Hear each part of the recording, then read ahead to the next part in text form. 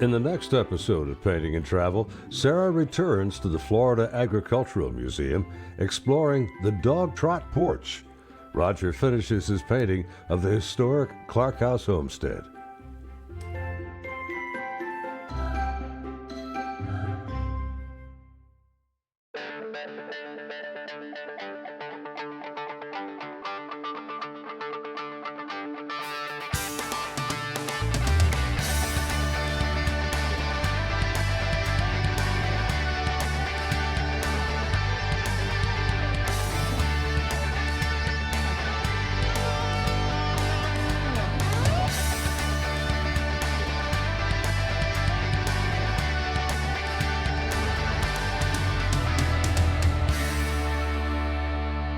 Hi, we're so happy you could join us again here at the Florida Agricultural Museum in Palm Coast for part 2 of our visit to the Clark House. Roger will continue his painting of the Clark House, and later historian James Fisk will show us the dog trot porch where laundry day takes place, plus the well-equipped farmer's kitchen. I'll go over a few steps I did on part 1 of the Cracker House, and of course we start off with the palette of colors. Quite a few colors, as you can see. I'm using a masonite board primed with gesso and then toned it with burnt sienna, giving a nice warmth to begin the painting, and the drawing underneath still shows through. Acrylics are being used throughout the painting, and the large areas were being applied using very thin layers just to begin the build-up. Until now, no white was used, as it would immediately give the painting a chalky look, but here I'm beginning to use white to lay in the sky. The entire process was putting layer upon layer to slowly bring the colors and values close to what I think they should be. Darker and darker applications of color begin to create a sense of where the final painting may be headed. At this point, some of the details could be added as well. So here we'll begin part 2, starting where we left off. Right back here I see a nice patch of sunlight, a little more yellow, because I do need to brighten this painting. It's a little too dark, too dull. So a few touches of intense colors will help, I believe. I'm putting this on with a dry brush, and I'm just going to use these vertical strokes. That helps represent the grass a little better. And I'll work some of these brighter colors into the foreground here. Well, this is a good time to use the fan brush, isn't it? Yeah. I'll spray this one more time. Another reason for spraying the board here, when I apply these colors here, they'll just naturally soften because the background is wet, so these colors will kind of flow out. I have to be careful not to get this too intense. It's almost looking a little bit too intense as far as the color goes right now. It's one thing about painting. This just is, there's no real good recipe for this. Every painting is different, and every painting presents itself with new challenges and situations. Yeah, that's just too intense. But I think I can remedy that. Take some ultramarine blue and burnt umber.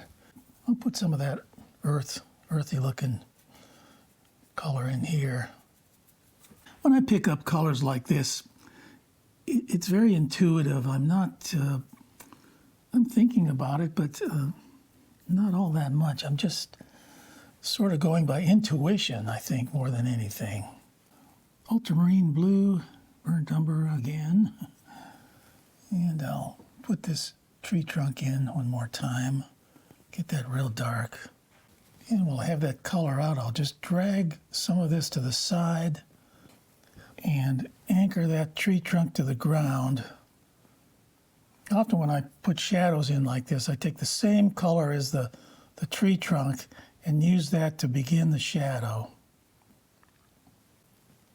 Now I'm really thinking that this sky is just too dark. And I'm going to lighten the entire sky. Let me give this a spray. Before I use black, white, and a touch of blue, I think I'll do that again. And touch of burnt sienna too to keep that warm. And we'll lighten this sky just a little. Just seems too dark to me. I think I will keep this a bit warm though with the burnt sienna. It sort of ties it in with the color scheme of the rest of the painting. Well, that's not much of a difference, but it is, I think, enough of a difference to make this painting a little better. Okay, now I'll spray this one more time, quick spray, and now I can blend this out, smooth that out so there's no texture in there. There will be some leaves and branches up here, so this will be broken up, this large area. All right, that should do it, and I'll let that dry. That does make a difference. It's funny how small little changes can make a big difference. All right, with a small fan brush, I'll put in some of those trees in the background. And these are quite dark. And since they're in the background, they're going to be a little bit cooler, I believe. So I'll add some of the blue to that. Touch of white. So here again, for me, this is all about sort of layering. And this is not the procedure I always use for paintings. And I'll mix another color of green.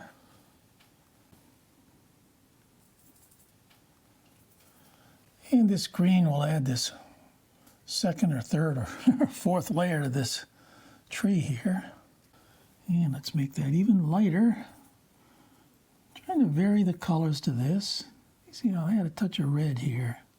And I'm just doing this with a fan brush and a soft touch.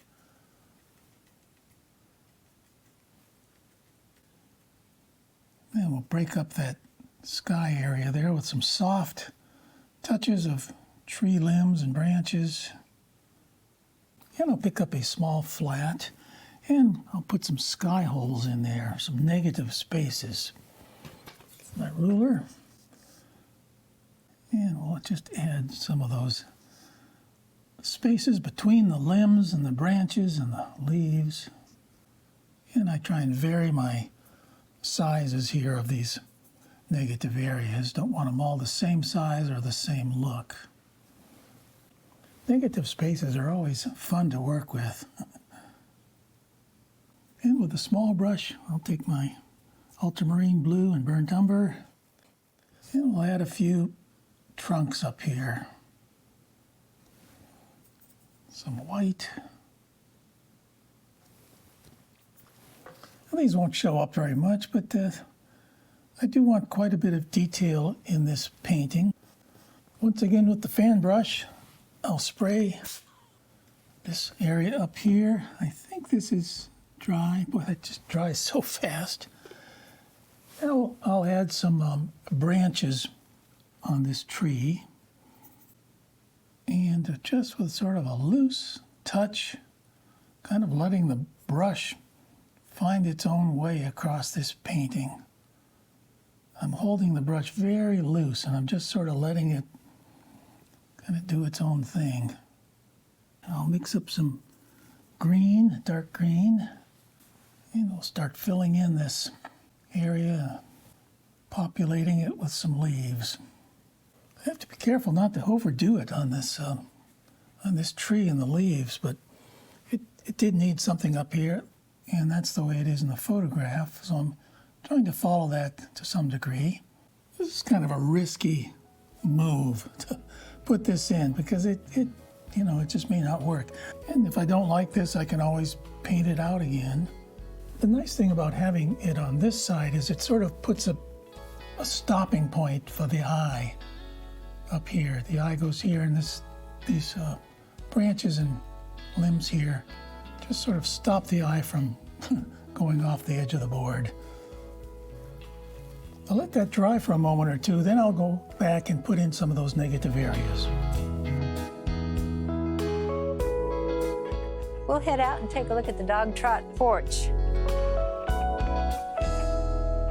James, it's so airy and big out here. I imagine that a lot of work took place out here, as well as relaxation, but you've got all sorts of different things happening. Well, I guess one of the activities on this porch would be laundry. Oh, absolutely. And with laundry, you've got to have water, so you've got a couple of problems there. So pre-electricity, I'm wondering, was this just used for percussion, or was this have another function? That was how you wash the clothes right there. That's the old washboard. And of course you got to have water. Now, they didn't have running water here. They had 3 methods of getting water. And so it was near creeks and lakes, but they had a well that was not on the porch like this is, but they were able to have water come from when it rained. We've got cypress gutters up here that the rainwater goes into the tubs or the barrels out here. And then there's a barrel pump that's out in the yard. And they would dip water out of that barrel pump as well. When it comes time to wash the children, what water do we use?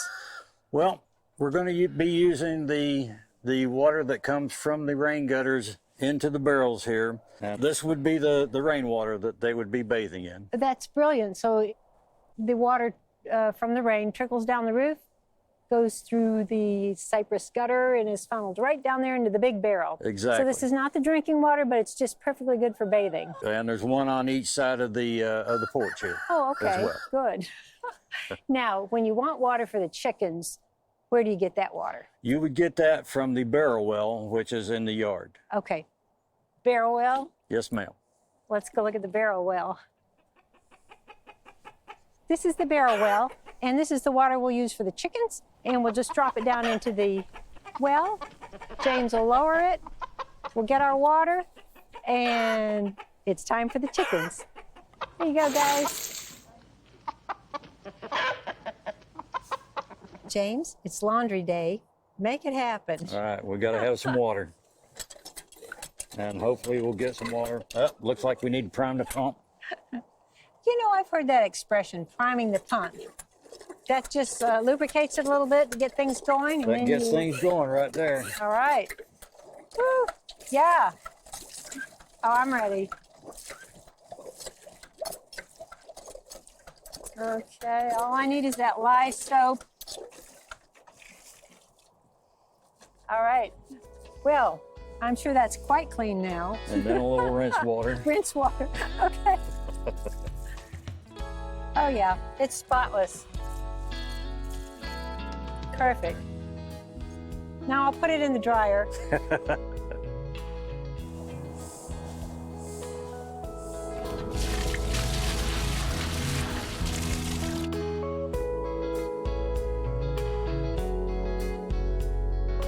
We're standing in the kitchen part of the cracker house. This is the part we talked about that's detached, but connected through the dog trot breezeway. In here, we've got a nice wood-burning stove, so you make your biscuits and your pies. Now, they would can up their own food, wouldn't they? To get through the winter, you'd have to have a lot of experience in knowing how to do that properly. They grew their own gardens, and you know, they would do a lot of canning because, again, you know, you don't have a store right down the road. You have to be very self-reliant. Now, the pie safe, is that for pies only? Is there actually a lock on it, or how do you keep those pies safe? That is to keep the critters out of the pie, plus some little hands out of the pies as well. Pie protection until the right time. Okay. And now you bring your eggs in here, and then you're just ready to go. And you've got an egg basket up there to put the eggs in. Mm-hmm.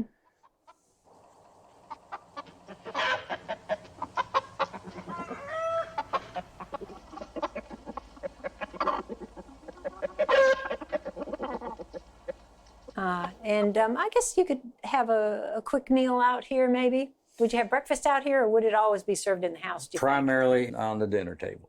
Back then, they always ate at the dinner table. Now, standing here in the kitchen, I can see all the way through the house to the front door. Correct. Doesn't that have a special name? Definitely has a special name. That's a shotgun cracker house. A shotgun cracker house, going from front to back. Well, it's been a great tour. Thanks, James. Thank you all very much. Now there's a fence back here, so I'll mix some light gray color and just very quickly add those small fence posts. I'm using very small brush for this. And this fence goes around the yard, so it starts back here as well. And a highlight or two right here on the edge of these. It's really to the point now where I'm starting to add the last final details and the accents to hopefully bring this painting to life. It's hard to know when to stop on something like this, or any painting for that matter. But when I put something like this on, these accents here, it almost necessitates me putting some more accents maybe up here. One area of the painting affects the other area so very much. That's always the case. And what I don't see in this photograph is any kind of a path to the front door, and I'm going to include that. And we'll put some sandy areas close to the front here. I'm going to give this a quick spray, and then with the fan brush one more time, take some of this sandy looking color, and I'm going to splatter a little bit of pebbles or sand down here. Now that looks real fakey right now, but I'll let that dry for a moment or two, and I'll go over it with my brush and soften those edges. And a touch more color up here on this roof. Hope they don't mind me making this older than it is as far as the roof goes. And maybe just a touch of bright red.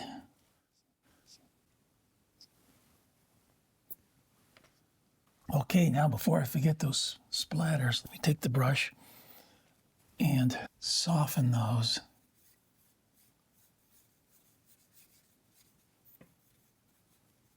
There we go. Well, it doesn't add a lot, but adds a little bit. I think I can do the same thing with some darker color. Get some bigger drops on here this time. There. Yeah, kind of like that. Well, now that I've totally lost that fence, I'm going to put it in here one more time. I'm just going to use a piece of chalk and just sort of indicate kind of loosely where this goes. I don't need to put in all the pickets on the fence, but I do need to do this part here where the horizontal areas go. And let me see if I can remember where all that was. Yeah, I think that was about right. The gate, we'll put the gate in right here. And a couple more vertical posts here and there. One more post here. This is where I had the fence open. So there's a little bit of perspective there, so I'll indicate that.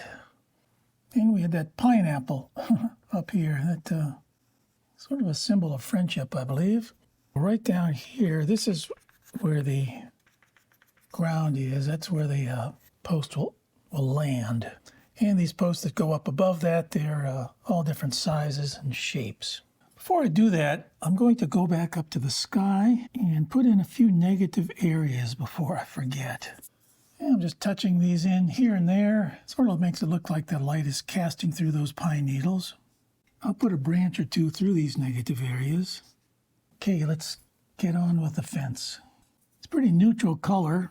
I'll mix black and white, but it is slightly warm, so I'll add some brown to that. Maybe a touch of blue to neutralize it.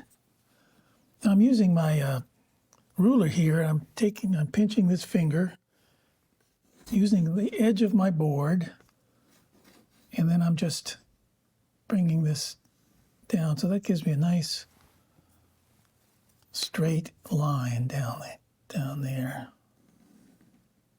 That's a very quick and easy way to make a straight line. I'm going to lighten it somewhat and put the ruler down this way And I'll just take my fingers here and run this across like that.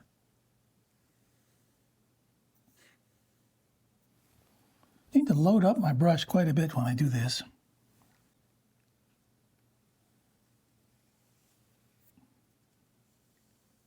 There we go. And we'll do the bottom rail. Yeah, that makes it pretty quick and easy. Oh, one more vertical post here. And another one here. There we go. It doesn't show up much, but we'll fix that. Here's the pineapple. In fact, I think I'll make some of these darker. Now, these are all just different sizes and shapes. This is not store-bought lumber by any means. So I'll make some of those thicker, some taller, but they all should end up pretty close to the ground area there. I could make these very straight, but I don't want that look. I want this uneven look. I'll make one taller up here, thicker, and then a shorter one here. There we go. Load my brush up again. Something like this goes very quickly. I had a feeling this would add the finishing touch to this painting, but it's almost hard to leave it alone until now, but everything else needed to be taken care of first. Okay, now the gate that goes towards the back. Start with the middle one here, because this is the tallest one. Then it sort of goes like this. So now we'll drop down a little more. And of course, all these will be a lot closer together since we're looking at it in a perspective. I'll load my brush up here and we'll just continue on with these shapes here. And again, I'll make a few of these taller and a few of them a little bit thinner and crooked. I'll take a larger brush and now I'll put a darker area down here towards the bottom just because we'll be casting some shadow down there. I'll let this fence dry for a bit and I'll add a few more touches of sandy area down here. This just puts a little bit more variation up here in the foreground. I don't want to bring too much attention down here. There's no real need for that. I want most of the attention to be up here. Back to the fence now with some lighter colors. And we'll just put some accents on these posts here. I think I'll warm this color. And we'll touch these because they don't show up dark against the dark, so I'll put some accents there. And maybe continue a few of them on the bottom. And I'll move right across the top of this horizontal piece. Add a highlight right there.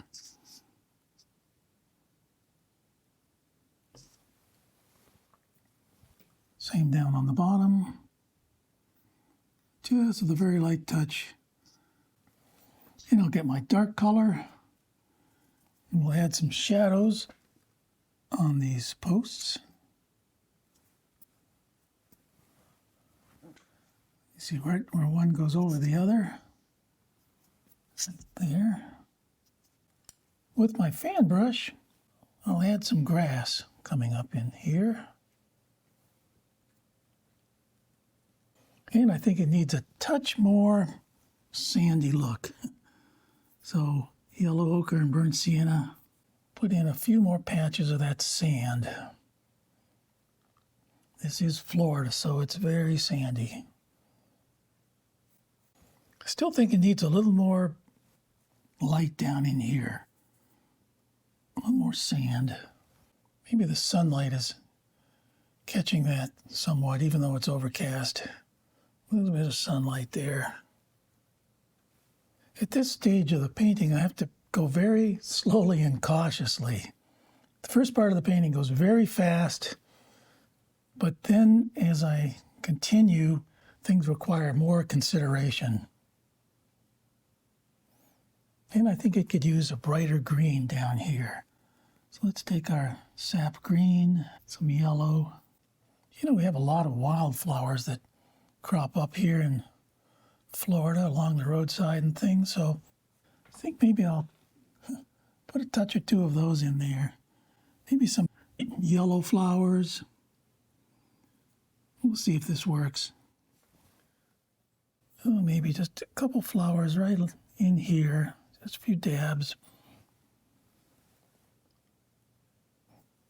I like some of these light areas, so I'm going to add a few more here and there.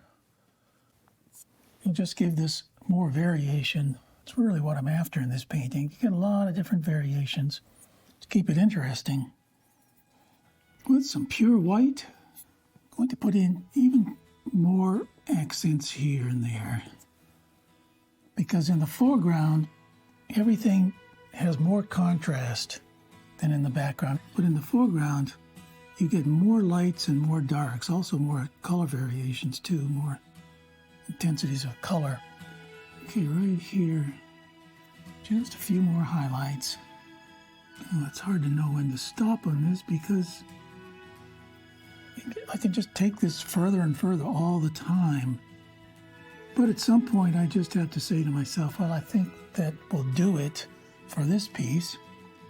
And often, if I start to do too much, the painting actually starts to get worse rather than better. Well, this was a complex subject here, but I enjoyed the challenge of painting not only the landscape and the house, but also putting this figure in the foreground and then finishing it off with this fence.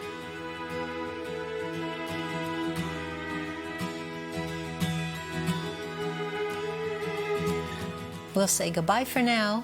We loved having your company. It's always much more fun when you're with us to see the sights and enjoy some time together. Thank you so much for watching Painting and Travel.